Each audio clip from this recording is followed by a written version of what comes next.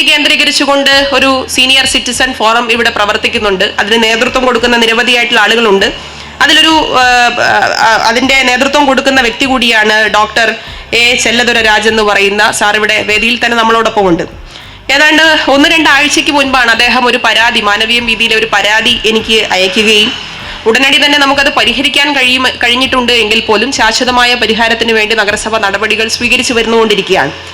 അപ്പോൾ അതിനുശേഷമാണ് മാനവീയം വീതി ഒരു വയോജന സൗഹൃദ ഇടനാഴിയായി പ്രഖ്യാപിക്കണം എന്നുകൂടിയുള്ള ഒരു നിർദ്ദേശം അദ്ദേഹത്തിൻ്റെയും അദ്ദേഹത്തിൻ്റെ കൂടെയുള്ളവരുടെയും ഒക്കെ നേതൃത്വത്തിൽ സംഘടിപ്പിക്കാൻ നമ്മളെ അറിയിക്കാൻ വേണ്ടി തീരുമാനിച്ചത്.